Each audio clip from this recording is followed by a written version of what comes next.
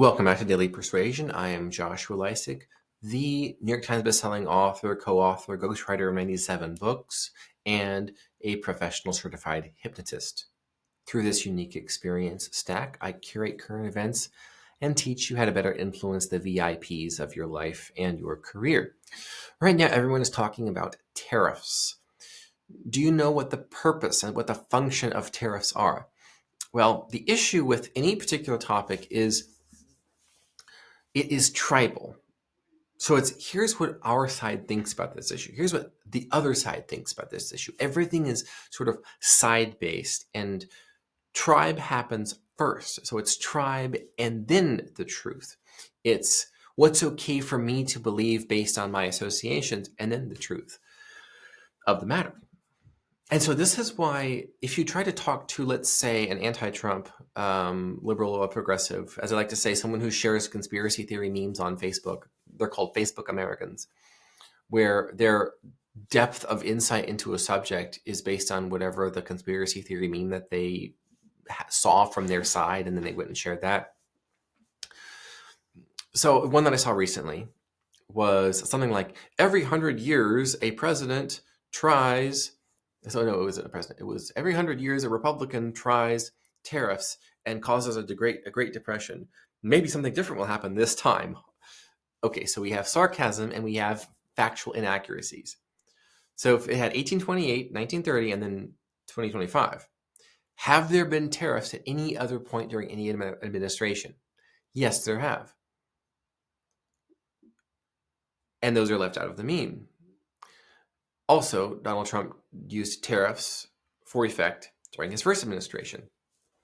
The particular strategy of tariffs that are being used now, strategies rather, are based on those deployed by Presidents William McKinley and Teddy Roosevelt, whose tariff plans and presidencies are not mentioned in the meme.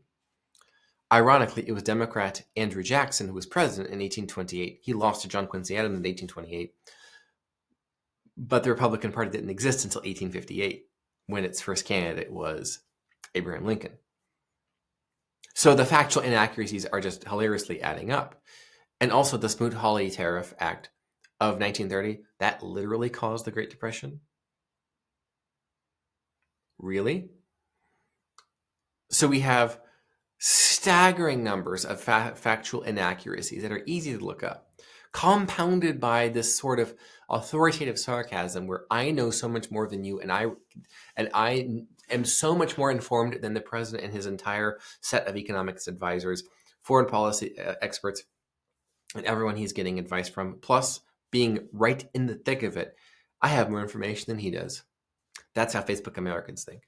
Now, if you introduce any of these facts to the matter, it wouldn't matter. You would be playing fact-check whack-a-mole.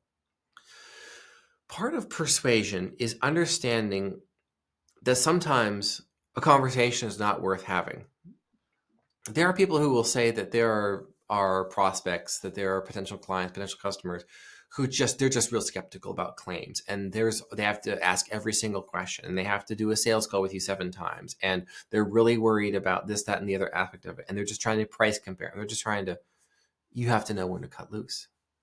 It's like that scene in Master and Commander where the one sailor, one of the masts, I believe, is struck, and there's this vicious storm, and this one sailor is trapped out on the ocean, and the entire ship and all the men on board are going to sink and drown. It's going to be terrible, unless they cut him loose and let him die, or at least fend for himself, and maybe by some sheer luck the currents will send him to an island or something. Who knows?